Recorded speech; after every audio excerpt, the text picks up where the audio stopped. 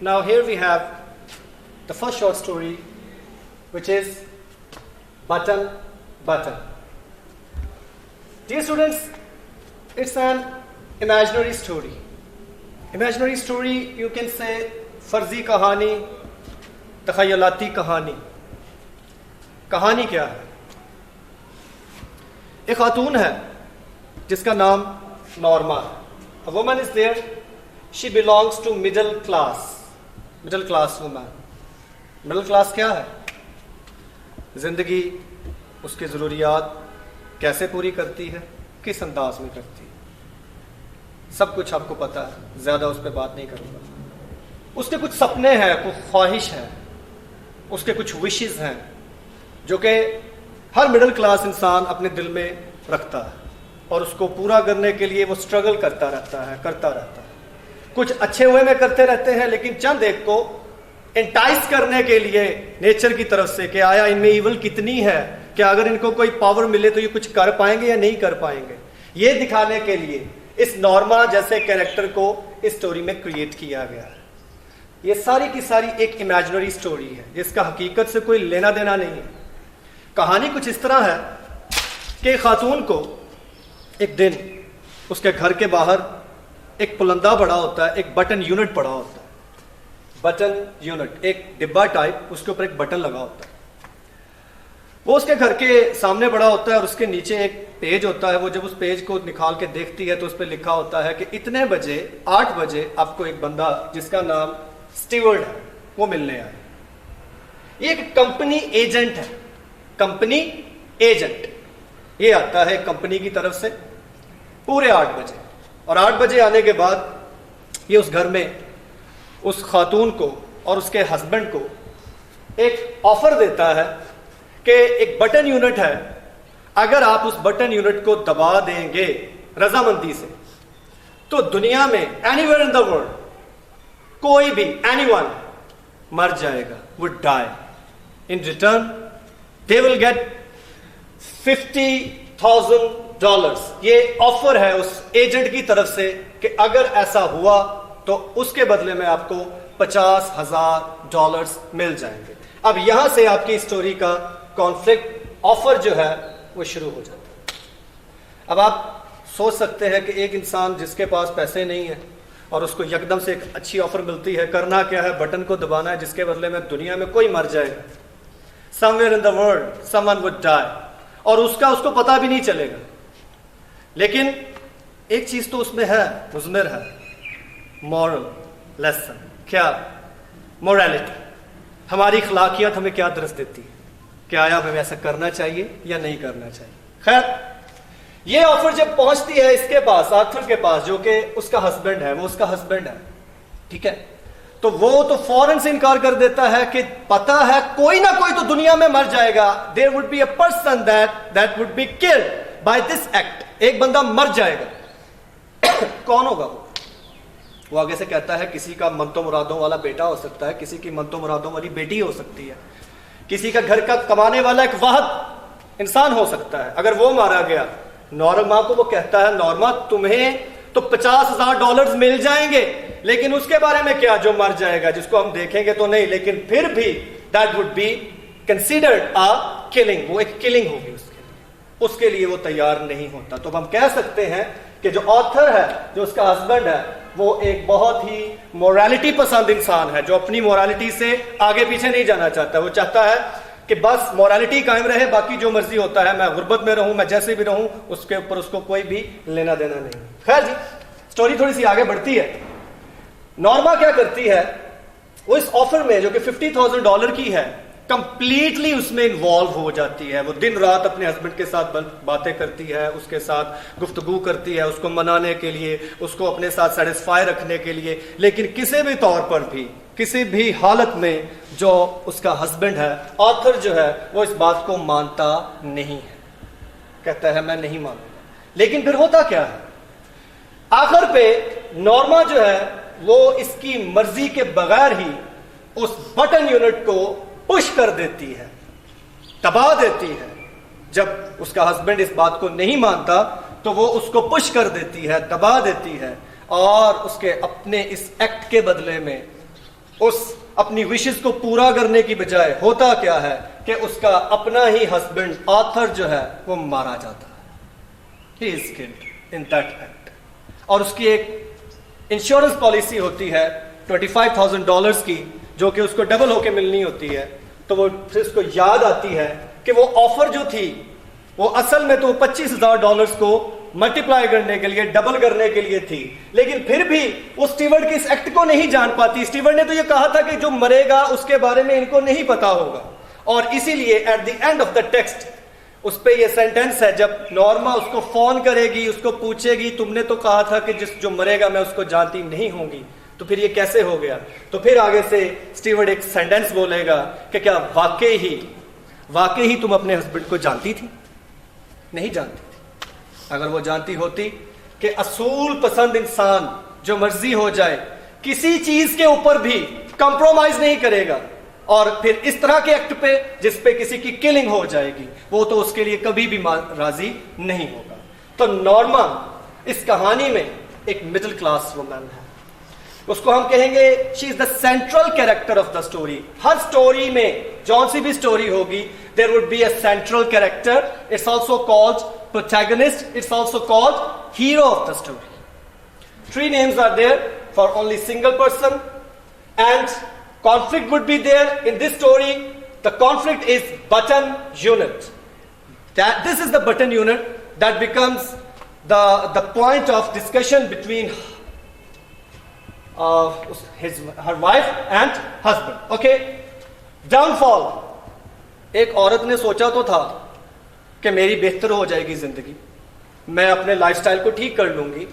वो अपने हस्बैंड से स्टोरी में जब आप खुद से रीड करेंगे, पढ़ेंगे एक दफा स्टोरी को, अपने अपने माइंड में रखना इस पूरे डायग्राम को, आपने अपने पेज पे बना लेना इसे, कि कैसे उसका जो हस्बैंड है उसके साथ उस थ्रू आउट स्टोरी में उसकी आपस में उसकी बातचीत चलती रहती है, लेकिन फिर भी किसी तौर पर भी आर्थर जो है वो नॉर्मा की बात मानने के लिए तैयार नहीं होता। और आखिर पे जब नॉर्मा उसकी इजाजत के बगैर ये हरकत कर लेती है, उस एक्ट को परफॉर्म कर लेती है, जिससे बार बार स्टोरी में वो जो कॉन्फ्लिक्ट था, वो जो कॉन्फ्लिक्ट बटन यूनिट बना हुआ था, जिसको लेकर दोनों मियां बीवी के दरमियान एक टेंशन क्रिएट रहती है, दोनों एक दूसरे के साथ बातचीत करने पे लड़ते ही रहते हैं, वो आखिर पे जो रिजॉल्व हुआ तो वो मिला क्या उसे? किस फॉर्म में मिला? वो उसे ट्रेजेडी की फॉर्म में मिला। Tragedy.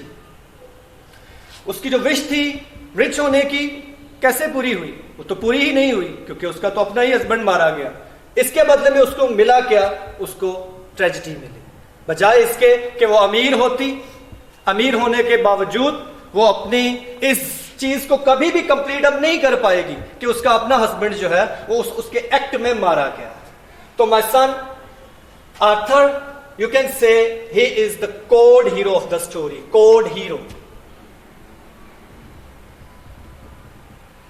he is the code hero of the story.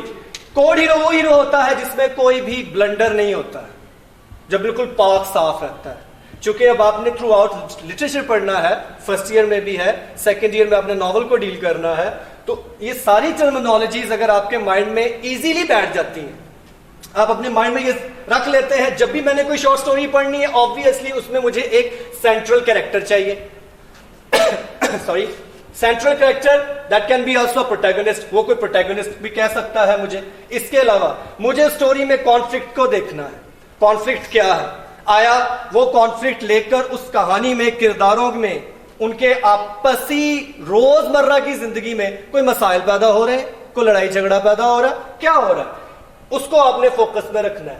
Then at the end आपको ये भी देखना है कि उसकी ये जो फॉर्म है वो क्या है। आया उस स्टोरी को पढ़ के, उसको थोड़ा सा मैंने रीड किया है, उसके मैंने उर्दू वर्जन पहले पढ़ लें ताकि आपके माइंड में खाका पूरा बैठ जाए उस स्टोरी का, उस कहानी का, उस पूरे प्लॉट का आपके माइंड में एक डेटा बैठ जाए। अगर वो आप कर लेते हैं, then you have to read the text. My son, text is everything. Text is everything. आप जो भी फर्स्ट ईयर में, सेकेंड ईयर में फॉलो करेंगे, only you have to follow the text book. Text में से ही आपके शॉर्ट क्वेश्चंस बनने हैं, हमेशा याद रखिएगा। एग्जामिनर को किसी सनशाइन से लेना देना नहीं है, एग्जामिनर को किसी लर्नर से लेना देना नहीं है, एग्जामिनर को किसी भी क्लाइमेट जॉन्स या इस तरह की कोई भी जो आपके पास हेल्पिंग बुक्स हैं वो अवेलेबल हैं, जो है एडवांस्ड है, कोई भी उसको उससे कुछ लेना देना नहीं है। उसका जो फोकस है मेरा बेटा वो सिर्फ और सिर्फ उसकी टेक्स्ट पे रहना है, टेक्स्ट पे रहना है, टेक्स्ट को आपको फॉलो करना है। टेक्स्ट में जहां कोई डिजिट आ रहा है उसको आपको अंडरलाइन करना है, खुद पढ़ते हो। टेक्स्ट में कोई कैरेक्टर आ रहा है, आपको इंट्रोडक्शन में देखें, बिगिनिंग में आपको इंट्रो मिलेगा, आप पहला पेज पढ़ेंगे एक स्टोरी का, उसमें आपका सेंट्रल कैरेक्टर, पहला कैरेक्टर आपके सामने आके खड़ा हो जाएगा, आपने उसको सर्कल कर लेना, okay this is my central character, अब इसके ऊपर मैंने चलना है। वो कौन है? वो फर्स्ट स्टोरी में आपका नॉर्मा है, वो पहले पेज पे आपको वो आपका सेंट्रल कैरेक्टर मिल जाएगा। देन उसके बाद आप मिडिल में जाएंगे, मिडिल में आपको स्टीवर्ट उसका जिक्र हो जाएगा, उसका पता चल जाएगा, उसकी ऑफर का बटन यूनिट का पता चल जाएगा। अब आपको पता चल जाएगा अच्छा ये वो कॉन्फ्लिक्ट है, ये वो लड़ाई है अब जो किरदारों के दरमियान होनी चाहिए। और जैसे ही वो लड़ाई शुरू होगी तो वो लड़ाई सिर्फ दो कैरेक्टर्स के दरमियान शुरू होगी, दैट वुड बिटवीन इंशाल्लाह नॉर्मा एंड आर्थर। इंशाल्लाह मैंने इसलिए बोल दिया कि स्टोरी को जो हमने देखना है, रीड करना है, तो फिर ऑब्वियसली हमने उस पर फोकस भी तो रखना है कि मेरा लर्निंग प्रोसेस आगे चल रहा है या नहीं चल रहा है। एंडिंग पे आके आपने देखना है रिजॉल्व हुआ है वो कॉन्फ्लिक्ट, वो जो कॉन्फ्लिक्ट चला था उस कॉन्फ्लिक्ट ने क्या किया। एक खातून अपनी जिंदगी को संवारना चाहती थी, एक खातून अपने हस्बैंड से गुफ्तगू कर रही है, क्या आर्थर देखो अगर हमें ये 50,000 मिल जाता है तो अब हम क्या करेंगे। वो कहती है हम अपना नया फर्नीचर खरीदेंगे, हम नए कपड़े खरीदेंगे, हम नए जूते खरीदेंगे। ये उसकी विशेज़ है। मेरा ख्याल है दुनिया में हर इंसान की ये विश है, अच्छा कपड़ा पहनना चाहता है, अच्छी गाड़ी में घूमना चाहता है, मिडिल क्लास वुमन है, एक मौका मिल गया है 50,000 रुपया मिल रहा है, करना क्या है, आपको एक बटन यूनिट ही तो पुश करना है, you have to just push it. आप उसको दबा देंगे, उसमें क्या मिलेगा, कोई दुनिया में एक बंदा मर जाएगा। In the whole world, in the entire world there would be a person who will be killed by this act. Okay, अब जाहिर बात है वो कहती है आर्थर को लाखों हजारों करोड़ों लोग मर जाते हैं, सो व्हाट, अगर एक बटन यूनिट दबाने से कोई मर जाएगा तो हमें क्या, मरेगा तो जरूर लेकिन वो होगा वो कौन होगा जो इस तरह के अमल से गुजर के उसकी जिंदगी तो खत्म हो जाएगी, आपको मिलेगा क्या, 50,000 रुपए। लेकिन ऐसा होता नहीं है, हमें पता चलता है कि उसका अपना ही हस्बैंड इस एक्ट में मारा जाता है। ये सारी की सारी स्टोरी अमेरिकन सिविलाइजेशन पे है। If you know the American civilization, that is the rough civilization. In the language, there is the form of the language that is dialogue form.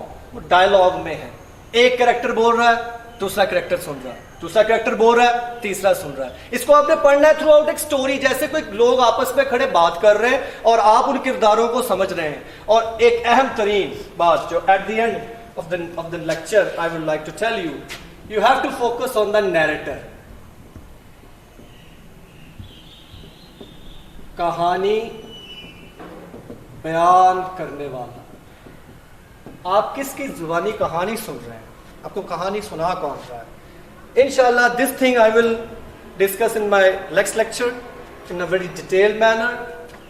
Now here I have given you a brief introduction how you can read a text and a short story by doing your self-study, only getting in the minds of these few things, that I have to focus on the central character, then I will have to find the conflict and the downfall at the end, and the other characters who are doing something with the main characters or with the conflict. आपको ये अपने mind में रखना है, then ये आपके mind में फिर एक थोड़ी सी तरतीब बैठेगी, आपको पढ़ने का पता चलेगा, अच्छा मैंने इसको ऐसे पढ़ना था, मैंने ऐसे लेकर इसको आगे बढ़ना है। ठीक है, आप पहले उर्दू पढ़ लें उस स्टोरी की, देन उसके बाद आपका काम ये है आप अच्छी तरह से उसकी टेक्स्ट के ऊपर फॉलो करें। टेक्स्ट में आप देखेंगे सेंटेंसेस बने हुए हैं, वहां पे आपकी ग्रामर भी ठीक होती जाएगी। ग्रामर के लिए इंशाल्लाह हमारे लेक्चर्स आगे मजीद आएंगे, लेकिन आपको फोकस करना है कैसे, कौन सा सेंटेंस जो है वो इंटरोगेटिव फॉर्म में बदल गया है और कहां पे इंटरोगेशन साइन आया लेकिन इंटरोगेटिव स्ट्रक्चर नहीं आया। ये आप टेक्स्ट से जब डील करेंगे, टेक्स्ट को फोकस करेंगे, थोड़ा सा पढ़ेंगे कैसे सेंटेंस तो बनाया है, यू फाउंड हिम।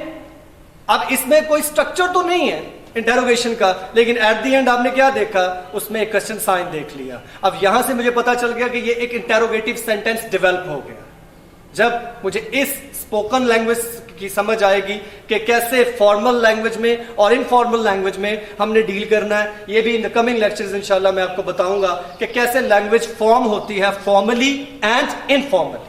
तो उससे इंशाल्लाह हम ड्राफ्टिंग भी सीखेंगे। लेकिन सबसे पहले मेरा बेटा घरों में बैठे हैं, बहुत अच्छा वक्त है, आप टेक्स्ट पढ़ें, इन चीज़ों को अपने माइंड में रखें, और in the next lecture inshallah I will describe the section of translation and the short question and the remaining text and the remaining things that are very necessary for you people to understand.